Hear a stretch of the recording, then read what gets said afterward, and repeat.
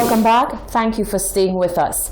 Castries Southeast MP and Economic Development Minister Guy Joseph is defending the track record of the government on employment. The government has been under pressure to call the general election with steady criticisms from the opposition regarding the performance of the government on the economy, in particular job creation. Ahead of any general election, the record of a government on job creation comes into sharp focus. Pollsters have consistently indicated that the issue of employment is one of major importance to the electorate and a deciding factor in determining where to cast their vote. In 2016, a Labour government came under much criticism for its record on job creation and high unemployment figures. This election year is no different, but the Castries Southeast MP and Economic Development Minister Guy Joseph is not taking the criticism lying down. He has challenged the critics of the UWP government to compare the records of the two parties on job creation and to be mindful that the current administration is dealing with a pandemic. Or Shasana is not a good prime minister because unemployment is about 22%. Under COVID, unemployment is 22%. With no disaster, no COVID, nothing, unemployment was over 24% under a Labour Party government. What is it we want in this country? Governments cannot work miracles, but the management of this economy has been nothing short of a miracle by this Prime Minister. That's right. That's right. Nothing short of a miracle. Joseph also stood by the government's performance on youth employment and job creation in the South. Youth unemployment was over 44% on the Labour Party. Prior to COVID, we had brought down youth unemployment to 34%, and overall unemployment from 24% to 16.8%. Right. I mean, the caller was not on island. What is it that is wrong with us that we want to dispute what is factual? I think the caller was in Alaska. Viewfort has more jobs today than it ever did under the 15 years of Dr. Kenny Anthony as Prime Minister. That is a fact. Now, if as Prime Minister you cannot create jobs in your own constituency, I have created more jobs in my constituency. As noted earlier, every government has to account for its performance on jobs, especially when a general election is around the corner. In 2016, SLP Communications Director Jadia Jopier-Emmanuel did just that when I interviewed her in February ahead of the June 6 general election. Let's listen to that 2016 report. The Labour Party's Communications Director, Jadia Jopier-Emmanuel, has defended the SLP administration's performance on job creation. She says what is important to note is that the government did not cut public sector jobs to deal with a worrying problem of a large fiscal deficit.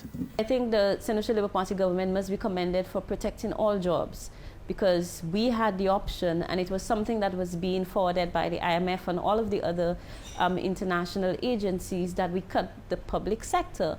But the government, our Prime Minister insisted that we protect jobs, we bite the bullet, we make the tough decisions, we cut where we can cut, but we protect all jobs. And so even while those around us, Barbados and so on, have been cutting jobs, and even when some of our counterparts went through difficulties not paying salaries in some instances for months, we have honored our commitment to the workers, the public sector workers, every single month while we create new opportunities. Jopier-Emmanuel argues that with a decline in unemployment from 25% to 23% in the last quarter, the information shows that what the administration is doing is right and yielding benefits. She says the St. Lucia Labour Party government is on the right track as it relates to job creation.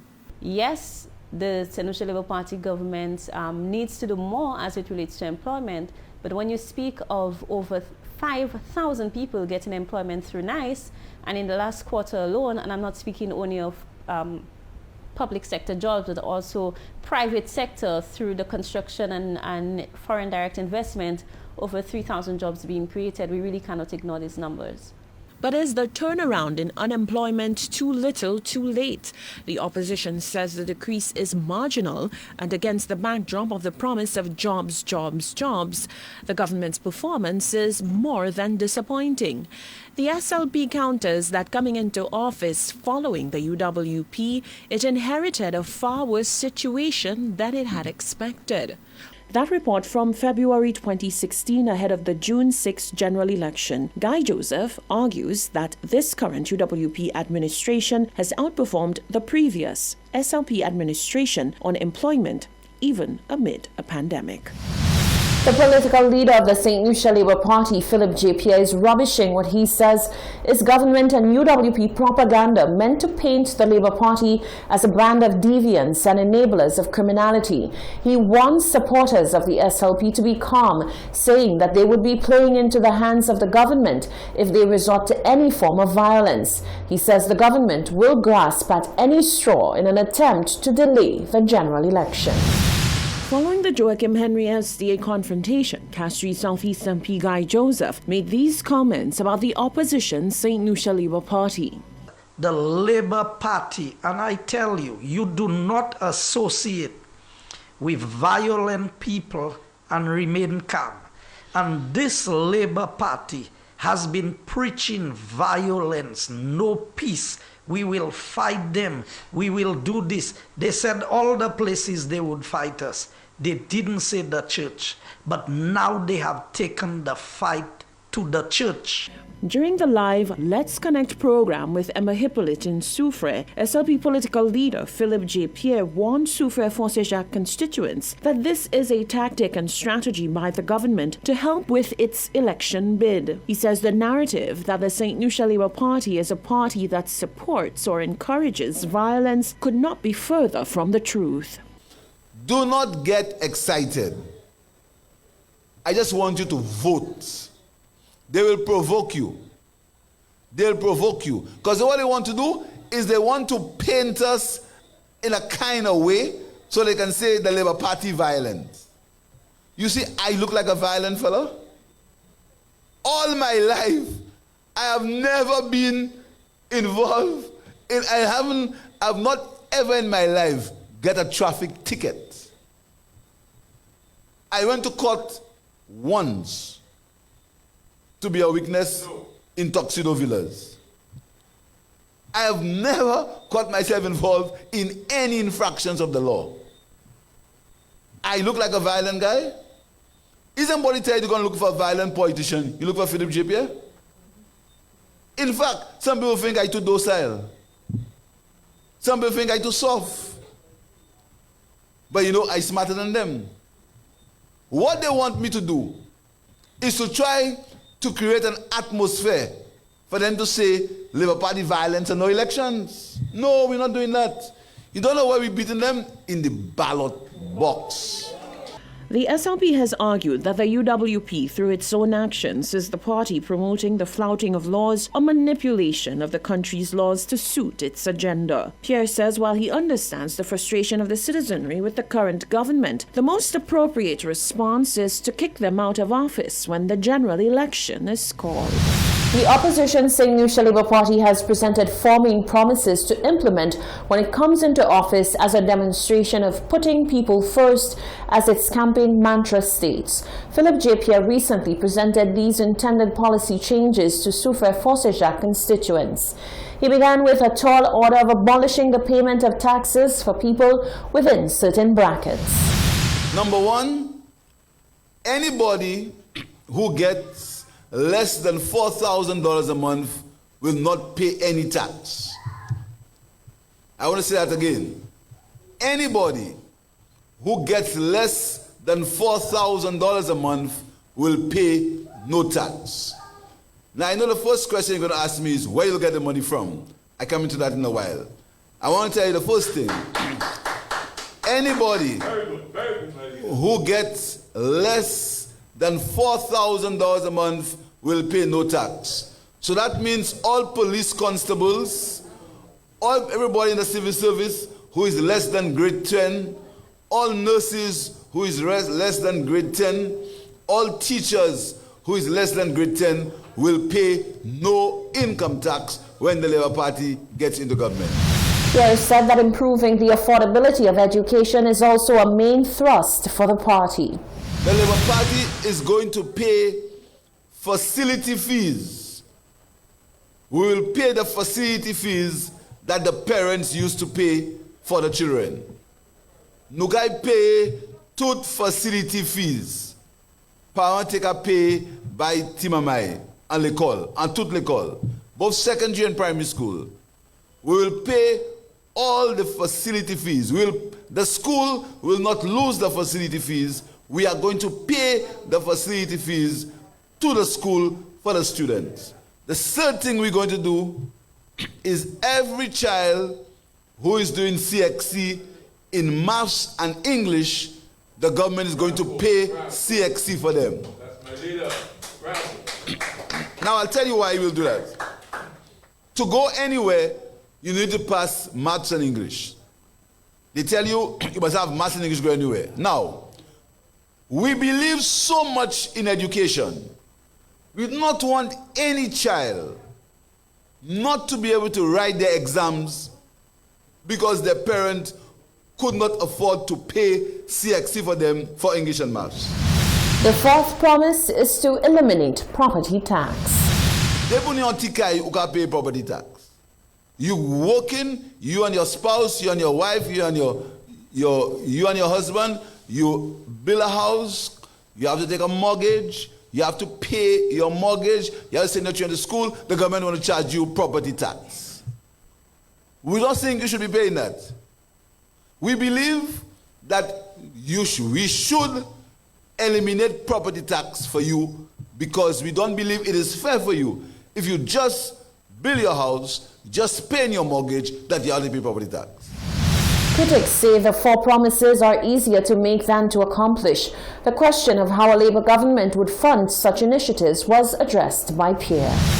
Once it is for the people, once it is to benefit the people, the first question they ask you, where you get the money from? Where you get the money from? They never ask you where you get the money from for them to travel all over the world, you know. To pay facility fees and to pay CXC, it will not cost the country $3 million. Philip J. Pierre argued that funding such initiatives is not exorbitant and the money can be a part of the annual budget.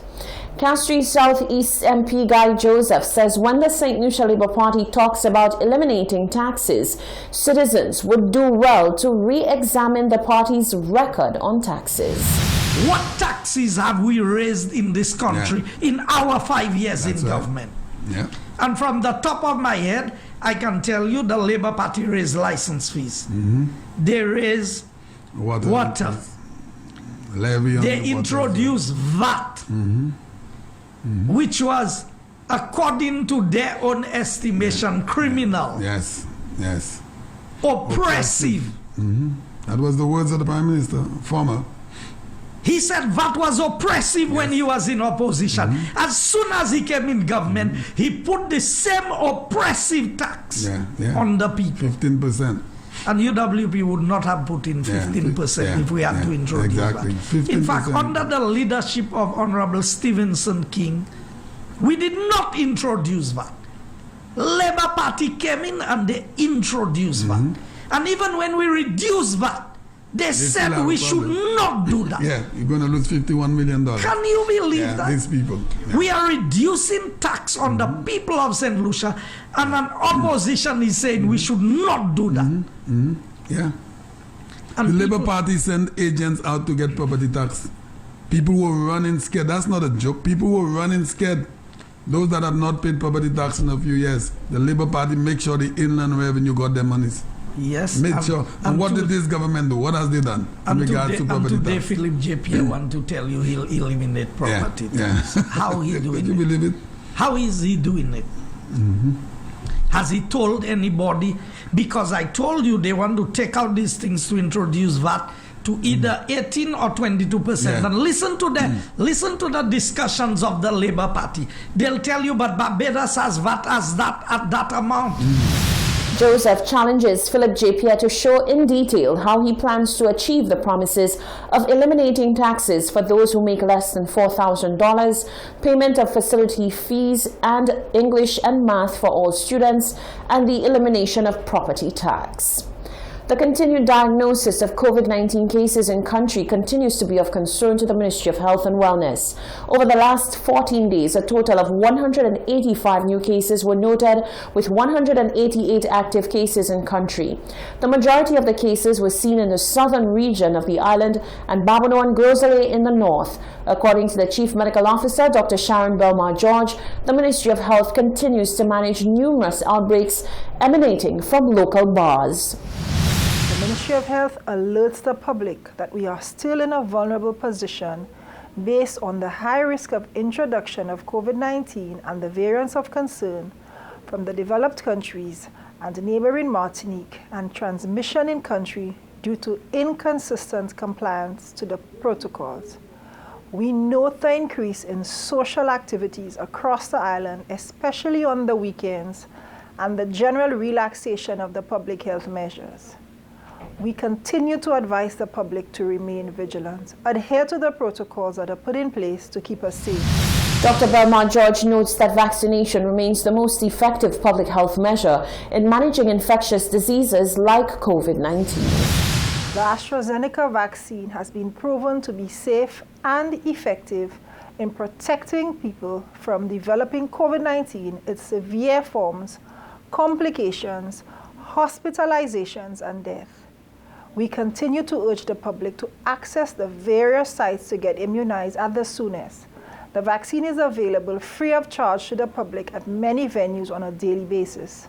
As of yesterday, May 30th, 2021, a total of 28,118 people have received the first dose of the COVID-19 vaccine, and 18,653 have received the second dose of the vaccine.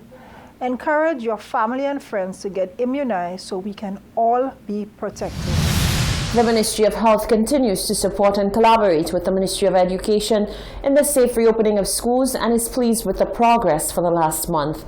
The school administration and teachers are encouraged to continue working with the students to ensure a safe educational environment is maintained at all times. Stay with us. Still to come, the hurricane season officially begins and plans for Corpus Christi have changed due to COVID-19.